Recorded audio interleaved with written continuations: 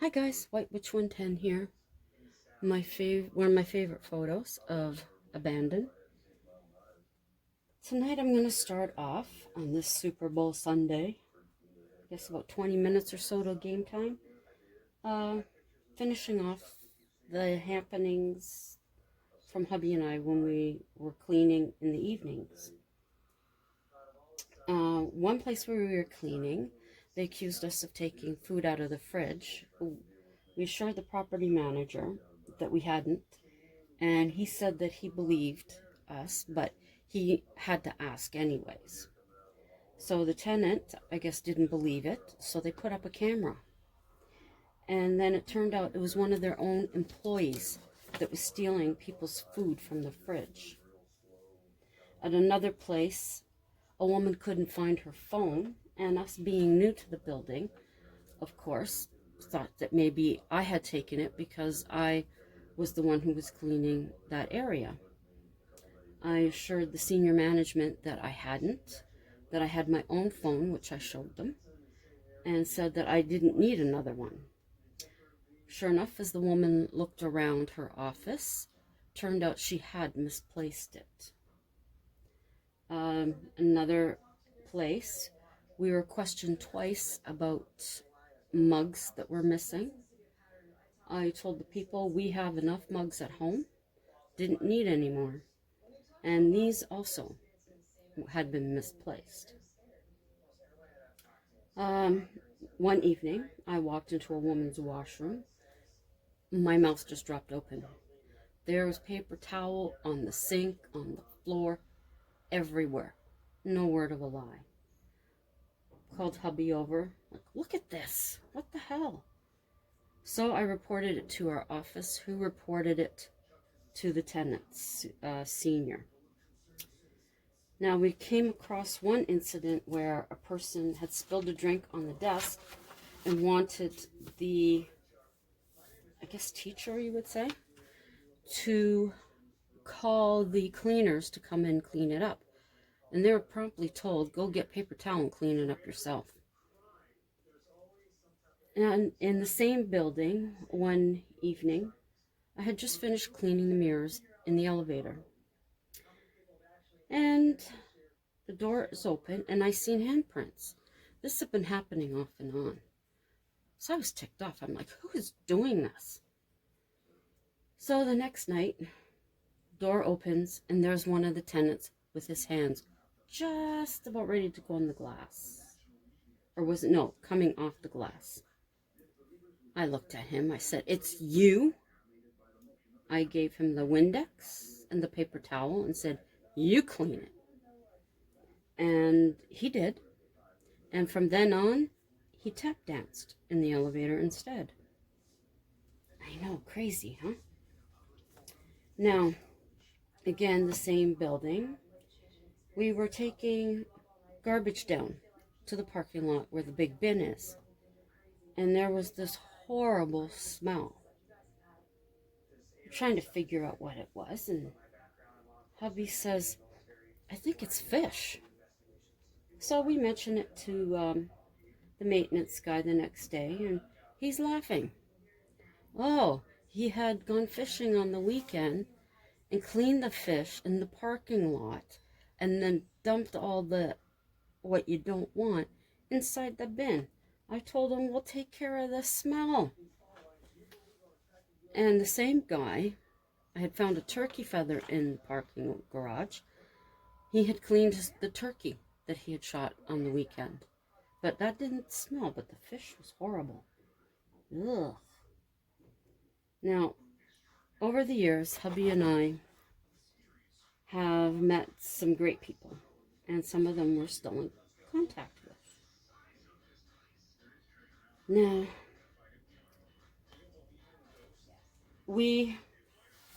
I had some other ones, but I don't think.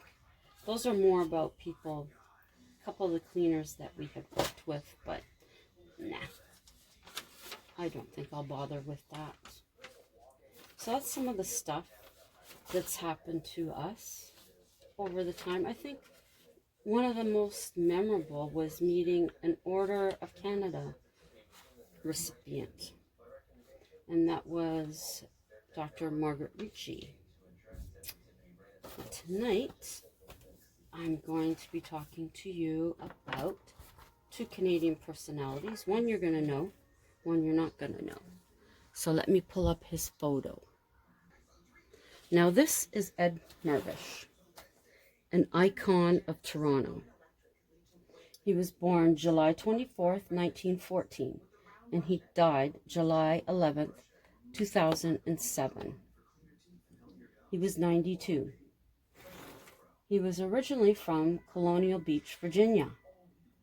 Son of Jewish immigrants from Lithuania and Austria. His family moved to Washington, D.C., where his father opened a grocery store. The store went bankrupt in 1923. The family moved to Toronto after this. His father opened a grocery store, and upon his father's death, Ed dropped out of school at 15 to manage the store. When the store did not do well, he closed it and reopened it as a dry cleaner. Let me find another. When the dry cleaning did not do well, he left it for a regular job. He became a produce manager and buyer for Leon Weinstein. He married Anne McLean in 1941, and their son David was born in 1945. In 1943, during World War II, he and his wife opened the Sports Bar, a dress shop on Bloor Street near Bathurst, which wasn't very far from where I lived, actually. In 1946, they expanded the business and renamed it Anne and Eddie's. In 1948, Anne cashed in her life insurance. In 1948, Anne cashed in her insurance policy to open a bargain basement store named Honest Ed's. Okay, where is it here? Is it here? Hold it, I have to... No, that's not it. Where is it? Oh, that's probably inside. Now the picture should be here somewhere. I'll find it. Don't worry. Okay, Honest Ed's. The merchandise was purchased through bankruptcies and fire sales. No credit, no service, no frills. Business was an immediate hit. Old Mirvish Theater. Yeah, they were very much into the theater as well. Gradually, their store took over an entire city block. I mean, it was always the place to go to, definitely. When, this is one of the theaters there. Beautiful, isn't it?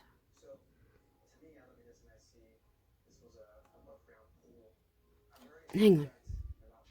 Here is a picture of him with the new sign. It was like Las Vegas. I couldn't find one with the old sign. The old sign had these balls that turned around. It was billed the world's biggest discount department store. The store's slogan was "Come in and get lost." I actually did. I couldn't find the exit one time. Embarrassing. In no time, he was bringing in millions of dollars a year. In the 1950s, Ed bought houses on the adjacent street. When he learned that he could not demolish the Victorian homes, he had his wife rent them out to artists. They became low rentals and named Mirvish Village. In June 2006, he and his wife had their 65th wedding anniversary party at the Princess of Wales Theatre. I'm imagining, I don't know. Many public figures attended. Also in July 2006, Ed celebrated his 92nd birthday. There was a party at Honest Ed's, and many items in the store were priced 92 cents.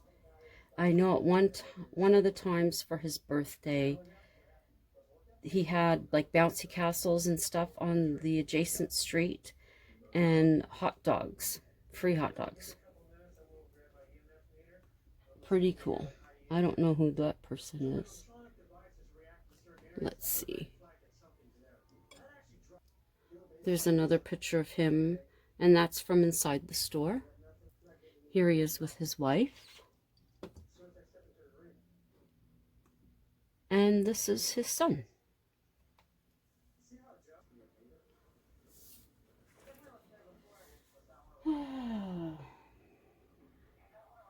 Where was I? Okay, on July 11th, 2007, there was a press release informing the public of his death. The store was closed and lights dimmed. Theaters on Broadway were dimmed July 13th at 8 p.m. for 1 minute. Toronto police provided ceremonial and mounted units for his funeral. There was even a horse named Honest Ed. Flags at civic centers were at half-mast. On August 12th, the mayor of Toronto at that time declared this day to be Ed Mirvish Day. Bloor Street was closed from Bathurst to Markham Streets. Jones Cane Sugar Soda issued labels on the bottles with Ed's picture and 1914 to 2007 on them. First purchase, Royal Alexandra Theatre. Edwardian landmark, this stopped plans in 1963 for it to be demolished. He refurbished it. I did attend a course line in that theater. He renovated a nearby warehouse to a restaurant, Ed's Warehouse. He then opened Ed's Seafood, Ed's Folly, Ed's Chinese, Ed's Italian restaurant, and Old Ed's. I believe it's Old Ed's that I went with my parents and my aunt and uncle, and they had to have jackets and ties. And they had those there in case you didn't come with them. Though one by one they all closed, Ed's Warehouse was the last to close in 2000. The Mirvishes built the Princess of Wales Theatre in 1993. It was the largest new and first privately financed theatre in North America in 30 years. In 2001, they bought the Pantages Theatre, renaming it the Cannon Theatre. Ed and his son David were Mirvish Productions, bringing major productions to London and Broadway. In 1982, Ed bought London's Old Vic for $1.23 million and spent $4 million renovating it. In 1998, they sold it to a theatre trust. In 2011, Cannon Theatre was renamed Ed Mirvish Theatre. The honors and awards that he held: in 1978, Order of Canada. 1984, Retail Council of Canada's Distinguished Canadian Retailer of the Year Award. 1984, named Freeman of the City of London, recognition of his contributions to British theatre. 1987, promoted Officer of the Order of Canada. 1989, appointed Commander of the Order of the British Empire. 1999, awarded Retail Council of Canada's Lifetime Achievement Award. 2008, one block of Duncan Street in Toronto was renamed Ed Mirvish Way. In 2008 also, Bathurst Street subway station Parquet was renamed Ed and Anne Mirvish Parquet.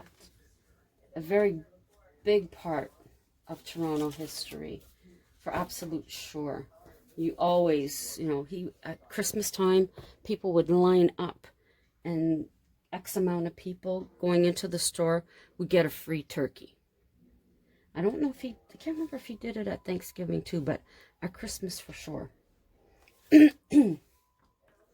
Now the other person, everybody knows him, William Shatner. He was born March 22nd, 1931 in Montreal, Quebec. He attended West Hill High School and McGill University. He's an actor, an author, producer, director, and singer. He's had 4 wives and 3 children. He has won People's Choice Award, Emmy Award, Golden Globe Award, and has an Order of Canada. His TV series, T.J. Hooker, 1982 to 1986. Rescue 911, 1989 to 1996. And Better Late Than Never, 2016 to 2017. And Star Trek, 1966 to 1969. He has appeared on Third Rock from the Sun, Denny Crane, The Practice, and Boston Legal. He was raised in a conservative Jewish household. His parents, Anne and Joseph, were clothing manufacturers. He had 2 sisters, or has, I'm not sure if they passed or not, didn't check that, Joy and Farla. Last name Chatiner with 2 T's. Then it was it was made English into Shatner. His grandparents came from Austria and Hungary, Russian Empire, present-day Ukraine and Lithuania. Willington Elementary School. These are places where he attended. West Hill High School, and he's an alumni of Montreal's Children's Theatre. He took economics at McGill University, Faculty of Management, graduated Bachelor of Commerce degree. June 2011, given honorary doctorate of letters. May 2018, given honorary doctorate of letters by New England Institute of Technology. In 1952, he became manager of business for Mountain Playhouse in Montreal. He joined the Canadian National Repertoire Theatre in Ottawa. Trained to be a classic Shakespearean actor. In 1954, he began acting at the Stratford Shakespeare Festival. Marlowe's Tamburlaine the Great and Henry V was his Broadway debut in 1956. Sorry for any mispronunciations. He was understudy to Christopher Plummer in Henry V. In 1954, he was Ranger Bob on the Canadian Howdy Doody show. I never knew they had one up here. In 1951, his first film, Butler's Night Off, was a Canadian film. 1958, The Brothers Karamazov, not sure, by MGM with Yul Brynner. December 1958, he appeared opposite Ralph Bellamy in The Christmas, a Hallmark Hall of Fame production.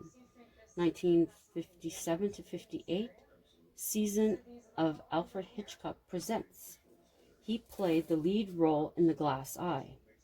1959, he played in The World of Susie Wong and Nero Wolfe. In 1960, he appeared in The Nick of Time, a Twilight Zone episode.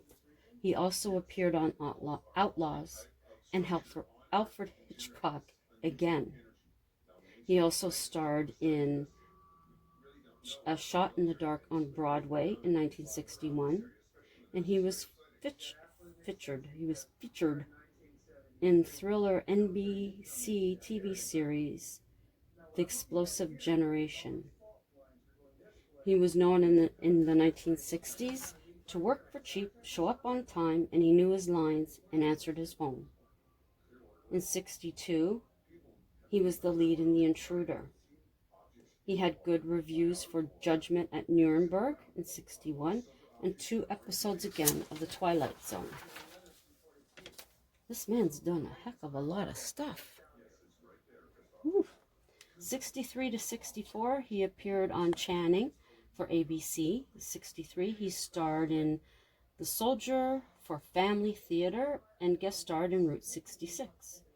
In 1964, he guest starred in ABC's The Outer Limits, CBS The Reporter, and Western The Outrage.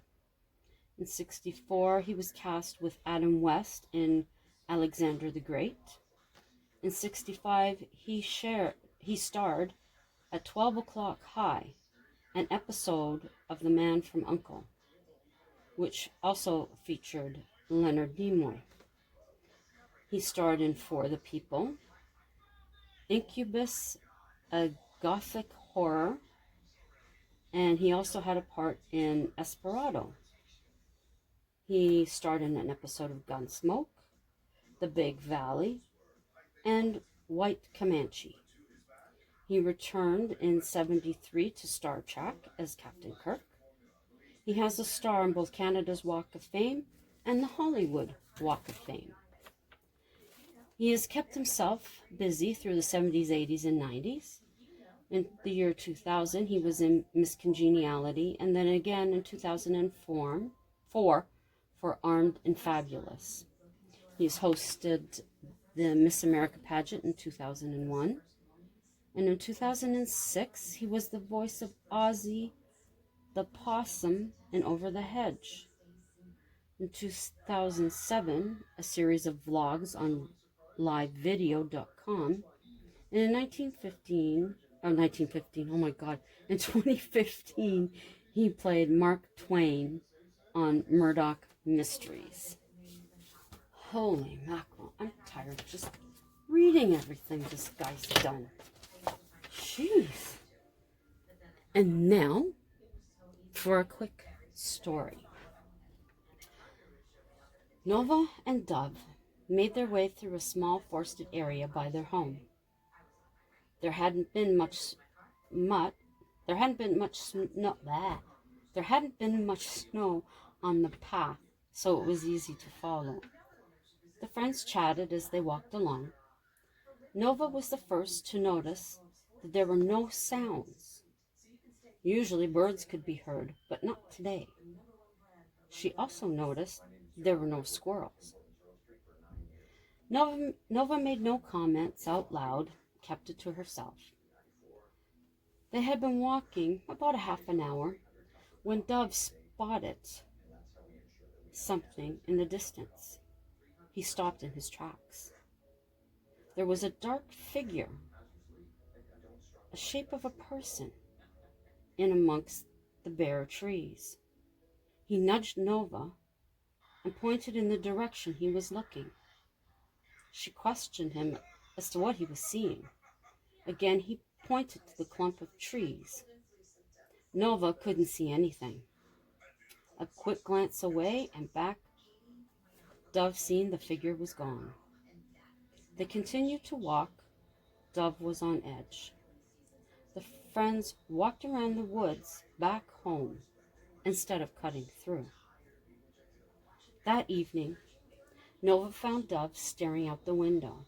She asked what he was looking at. Dove turned and explained the figure he had seen on their walk was still on his mind. Now remember, Nova had seen nothing. In the morning, she looked out her window when pulling the curtains open. Standing, bold as brass, in the yard was a dark figure. She screamed, waking Dove from his sleep. He rushed into her room and straight to the window. "I told you I seen a shape." They stood staring at the human form. Dove spoke out loud. "We have to go back to the woods." He was receiving a message from the figure. Nova questioned why. He spoke out loud. "He's telling me we have to." "Who is he?" "Sam." Later that morning, they made their way back out to the woods. Without hesitation, Dove made his way to the spot where he had seen the figure. There, amongst the brown leaves, was a box. Gently, he opened it. Inside was a ring and a note. For the person who finds this, please give it to Patsy. But who was Patsy? And how old was this box? Taking it to a historian in town, they found out the box and the contents were from the 1920s. Patsy was Patsy Brown. She was part of a prominent family. This ring was stolen during a party at the home. Dove was asked where he found it. He glanced at Nova, then back again at the historian. He began his short story, explaining what had happened. The gentleman smiled. It was Sam Turner. Sam Turner worked for the family until his early retirement. He spent many hours in the wood, walking, he claimed, to clear his mind. Now the ring had disappeared at the same time that Sam had retired. Dove sensed Sam's spirit behind him, and he could hear his voice. I never meant to take it. It was so pretty and a part of her. I was too afraid to take it back. I always hoped someone would find it. Others, he explained, he had appeared to them, but they were scared away. And he thanked Dove for listening. Dove felt Sam's spirit leave. The ring was given to Patsy's granddaughter. The figure was not seen again. But when in the woods, after that day, the birds and the squirrels were now plenty. So, I hope you enjoyed. That's hubby getting mad because they're not starting the game. So that's tonight's. Oh my God. That's tonight's story. Thank you again to all my subscribers and my newest subscriber, the Traveling Hosier and the Blue Bike and Doyle. Welcome to the family. If you're just passing through, please take some time to check out the other videos I have here. If you like them, thumbs up is appreciated. Leave me a comment. I will get back to it. Although, as I have mentioned from time to time, there are some comments, I see them, but when I click on them to go in and reply, they're not there. I don't know what's happening, but it doesn't happen all the time. But be assured that I do see your comments. And also share it out if there's any in there that you think someone would be interested in. Be greatly appreciated. Go ahead, hit that subscribe button if you like what you see. And the notification bell as well, so you will know when I upload. So, I think he's digging into his Ritz box now. I tidied up a little bit here on my craft desk today. And the drawers, they were a huge mess. So we've got some semblance of organization now. The only thing I have left to do is where all my ribbons and stuff is. But that'll be for another time. Unless I feel so moved to do that. But anyways, enjoy the Super Bowl. For those of you who will be watching it, which I would imagine be quite a few people. If not, then just enjoy whatever it is that you watch for the rest of the evening. I've been watching Alien Highway, I believe it's called. It seems to be a pretty good program, although I do believe they're all repeats, of course. But still enjoying watching them. So have a great week. I'll be here again tomorrow. Probably. I have to look up some stuff. I'm getting thin on facts here. I've been slacking. So, until the next time, keep well. Love you all. Ciao for now.